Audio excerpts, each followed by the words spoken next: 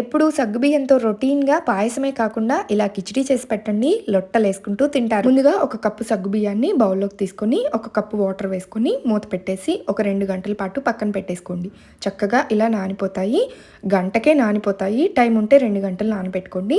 ఇక 2 ఉల్లిపాయలు, ఒక్క పచ్చిమిర్చిని ఈ విధంగా చిన్న ముక్కలుగా కట్ చేసుకొని తీసుకోండి. ఇష్టమైతే చిన్న ముక్క అల్లాన్ని కూడా వేసుకోవచ్చు. తర్వాత స్టవ్ ఆన్ చేసి పాన్ పెట్టుకొని, ఒక స్పూన్ నెయ్యి, ఒక స్పూన్ ఆయిల్ వేసుకోండి. ఈ జార్ వచ్చేసి నేను అమెజాన్‌లో తీసుకున్నాను.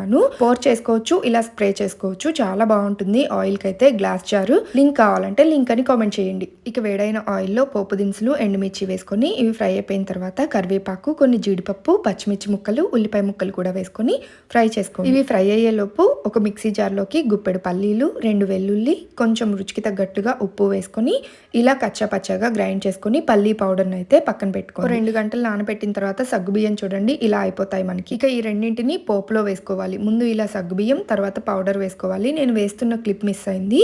ఉల్లిపాయలు ఈ విధంగా ఫ్రై అయిపోయిన తర్వాత సగ్గుబియ్యాన్ని, పౌడర్ని వేసుకొని మొత్తం ఒకసారి బాగా కలిపి మూత పెట్టేసి అలా మధ్య మధ్యలో కలుపుతూ ఒక 5 నిమిషాల పాటు స్టవ్ని సిమ్లో పెట్టుకొని ఫ్రై చేసుకోండి.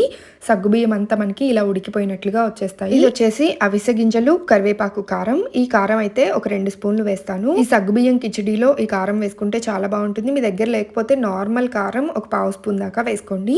ఈ అవిసె గింజల కారం ఎలా చేయాలి ఏంటి అనేది నేను ఇంతకుముందు ప్రీవియస్ వీడియోస్లో ఆల్రెడీ పోస్ట్ చేశాను. ఒకసారి చెక్ చేయండి. ఈ కారాన్ని అయితే 2 స్పూన్లు వేసుకొని కొత్తిమీర తరుగు కూడా వేసుకొని మొత్తం అంతా బాగా కలిసేంత వరకు కలుపుకొని వేడివేడిగా సర్వ్ చేసుకున్నారంటే అద్భుతంగా ఉంటుంది. ఈ సగ్గుబియ్యం కిచిడి కొంతమంది చేస్తే ముద్దగా వచ్చేస్తుంది. అలా ముద్దగా కాకుండా ఉండాలంటే పల్లీ పౌడర్ కంపల్సరీ వేసుకోండి. అసలు ఎంత బాగుంటుందో. మా పిల్లలకైతే ఈ సగ్గుబియ్యం కిచిడి అంటే చాలా ఇష్టం. ఒకసారి మీరు కూడా ట్రై చేయండి.